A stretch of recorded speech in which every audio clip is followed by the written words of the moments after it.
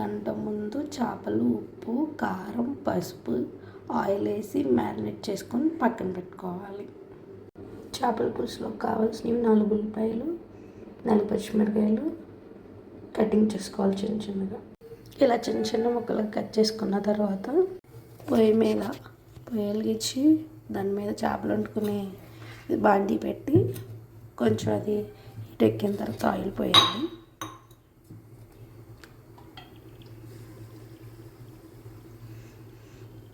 చేపలు కొంచెం వాసన ఎక్కువ ఉంటుంది కాబట్టి ఆయిల్ కొంచెం ఎక్కువ వేసుకుంటే ఆ నీసు స్మెల్ అనేది తగ్గుతుంది అనమాట. ఆల్రెడీ మన చేపల్లో ఆయిల్ వేసాం కాబట్టి ఇందులో ఒక 3-4 స్పూన్స్ తక్కువ వేసుకుంటే సరిపోతుంది. ఇప్పుడు ఆయిల్ అనేది వేడైంది. వేడైన ఆయిల్లో మనం ముందుగా కోసి పెట్టుకున్న ఉల్లిపాయలు, పచ్చిమిరపకాయలు అనేది అందులో వేసుకోవాలి.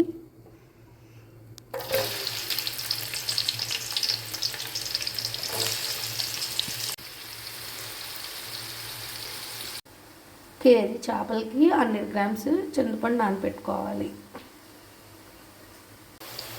ఆనియన్స్ ఇలా ఫ్రై అయిపోయిన తర్వాత ఇందులోకి మనం 1 స్పూన్ అల్లం వెల్లుల్లి పేస్ట్ యాడ్ చేసుకోవాలండి.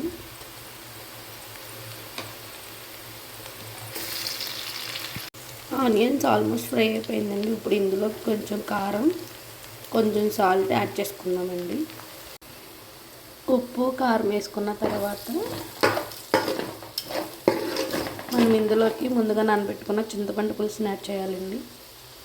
చింతపండు పులుసు పోసుకున్న తర్వాత ఒక 10 మినిట్స్ పులుసుని ఉడికించాలండి. ఈ పులుసు ఇలా ఉడుకుతున్నప్పుడు చేపల ముక్కల్ని ఇందులోకి వేసుకోవాలండి.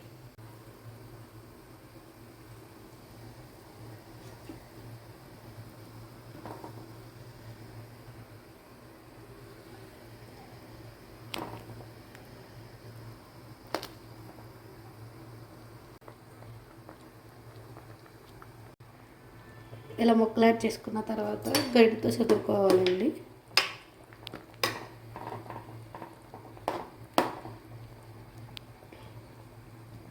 తర్వాత అనేది అసలు గరిటె అనేది పెట్టకూడదండి. ఇలా ఒక 10 మినిట్స్ ఉడికిన తర్వాత ఉడకనిచ్చాలండి. చేపల కూర ఒక 10 నిమిషాలు ఉడికిన తర్వాత ఇందులోకి 1 స్పూను గసాలు, వెల్లుల్లిపాయ కలిపి నూరుకున్న పేస్ట్ కలుపుకోవాలండి.